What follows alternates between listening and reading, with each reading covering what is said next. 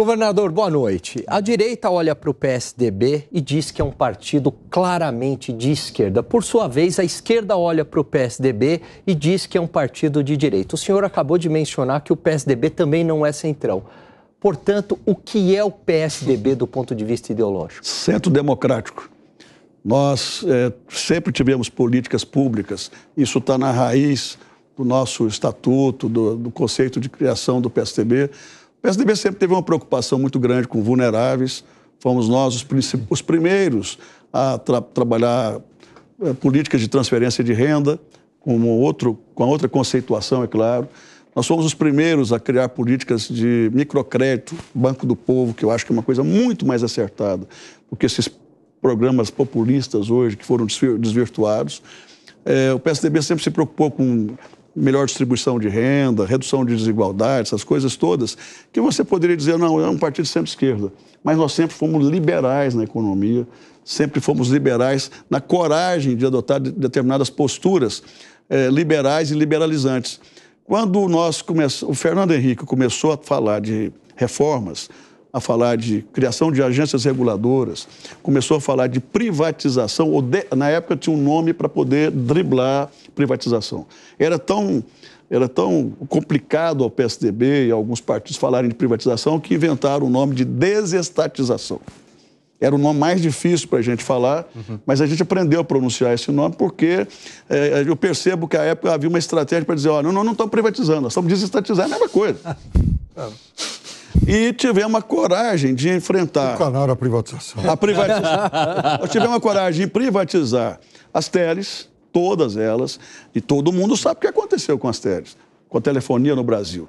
Não só a telefonia móvel, mas também transmissão de dados. Quer dizer, é uma revolução que aconteceu. A gente tinha telefone fixo que estava no imposto de renda. 2 anos na fila para comprar, não tinha telefonia móvel, quer dizer, com o Sérgio Mota e o governo FHC, eu era deputado federal, a gente enfrentou esse debate, e era um debate extremamente ideológico. Nós éramos considerados os piores, neoliberais, isso, aquilo, outro, e a gente aceitou isso. Na fundação, o partido é um partido social-democrata de centro-esquerda, mas ao assumir essa postura de privatizar teles, de privatizar navegação e cabotagem, de criar mecanismos para fazer novas licitações para o setor elétrico, o PSDB vestiu essa camisa, ou vestiu essa couraça de um partido liberal, de liberalizante. Nós tivemos uma coragem enorme. E hoje eu tenho convicção de que nós estávamos certos.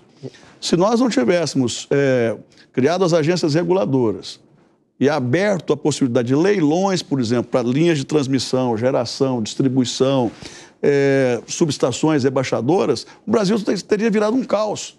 Como é que o Brasil ia ter dinheiro, o governo brasileiro com a Eletrobras, uma estatal inchada, que ficava nas mãos de políticos e de apadrinhados de políticos, como é que essa estatal iria dar conta das demandas extraordinariamente grandes e crescentes de energia, por energia? Só foi possível porque você tem os leilões hoje e o setor privado participa. Governador, e na pauta de costumes, é mais conservador ou mais progressista? Olha, eu acho que o PSDB hoje é um partido mais conservador no geral. Estou falando, assim, vendo as bancadas, as lideranças. E agora, claro que o PSDB é um partido moderno. Também não é um partido careta, um partido que vai tomar algumas decisões com base no absurdo. E tem outra questão, que é a questão de convicção. Eu fui contra o aborto desde o início da minha carreira, nunca neguei isso. Então, agora, também nós não vamos ficar interferindo na cabeça das pessoas. Tem gente que pensa diferente e é preciso respeitar.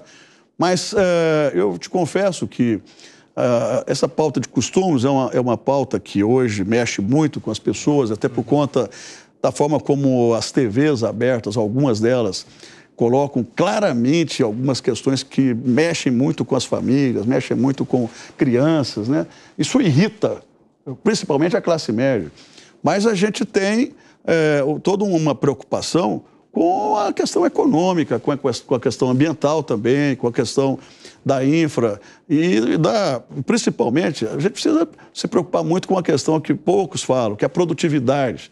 Competitividade é algo fundamental, mas ela não vem se a gente não tiver um embasamento para que o Brasil seja um país, nosso país seja um país produtivo. O Brasil está na rabeira da produtividade, o Brasil está na rabeira da tecnologia, da educação. Se você pega das 100 mais importantes universidades do Brasil, a única que figura, e agora acho que caiu para 100º lugar, é a USP. Quer dizer, o Brasil está ficando atrasado.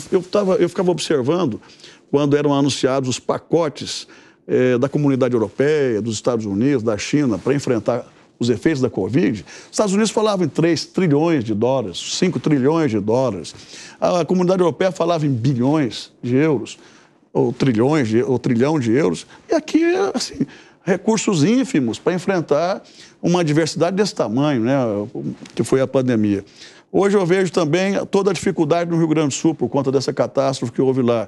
E o governador tendo que correr a Brasília, ir lá para pedir ajuda para poder compensar os empregos, porque as empresas estão sem condições de manter, compensar as perdas de receita de semestre do Estado. Quer dizer, parece que é uma coisa meio que mendigante. Tinha que ser o contrário. Eu vejo hoje a indústria brasileira, que caiu extraordinariamente. Você não tem dinheiro para a indústria. Você vai a Portugal, a Espanha, a Itália e aos outros países da comunidade europeia, tem dinheiro sobrando para investimento industrial, investimento econômico, investimento em turismo. Você não tem dinheiro aqui.